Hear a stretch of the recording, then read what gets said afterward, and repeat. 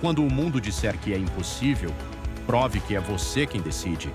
Quando o corpo cansar, é a mente que grita mais forte. Continua.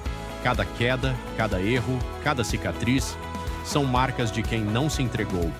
O impossível só existe para quem para no meio do caminho. Acelere com a alma, lute com o coração e vença com a coragem, porque a vida não espera. E os sonhos pertencem a quem tem a ousadia de viver como se cada segundo fosse o último.